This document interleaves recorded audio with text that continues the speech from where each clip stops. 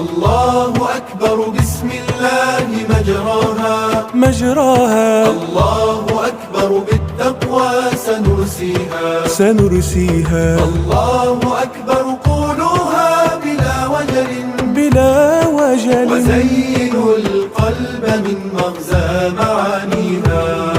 بها ستبعث أمجاد مبعثرة في التيه حتى يرد الركب حاديها.